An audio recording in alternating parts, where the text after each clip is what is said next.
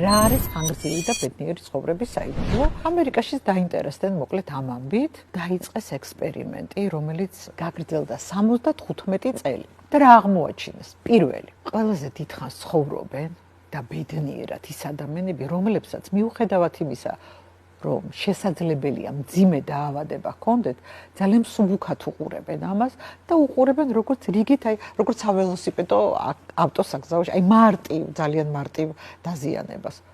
და ეს ადამიანები 93 წლამდე ცხოვრობდნენ, მიუხედავად დიაგნოზისა. მეორე, ეს არიან ადამიანები, რომლებსაც ყავთ საყვარელი ადამიანი. აღმოჩნდა, რომ ეს სიყვარული და საყვარელი ადამიანის არსებობაც ძალიან დიდ როლს თამაშობს ხანგრძლივ ცხოვრებაში. მესამე, და ამას მეცინება ხოლმე, როცა ამას ვამბობ, იმიტომ რომ ის ადამიანები, რომლებსაც ფსიქოთერაპევტი ყავთ და ყველაზე დიდხანს იცი კიდევ ვინ ცხოვრობენ? აღმოჩნდა ფსიქოთერაპევტები, იმიტომ რომ ჩვენ ყველას ჩვენი ფსიქოთერაპევტი ყავს. ის ნეგატივი, ის უარყოფითი რაც არის, როცა ამის გადამუშავება ხდება და შენ აღარ გაზიანებს. მეოთხე, ეს არიან ადამიანები, რომლებიც განვითარებაზე არიან ორიენტირებულები, რომლებიც განვითარებას არ აჩერებენ მთელი სიცოცხლის მანძილზე.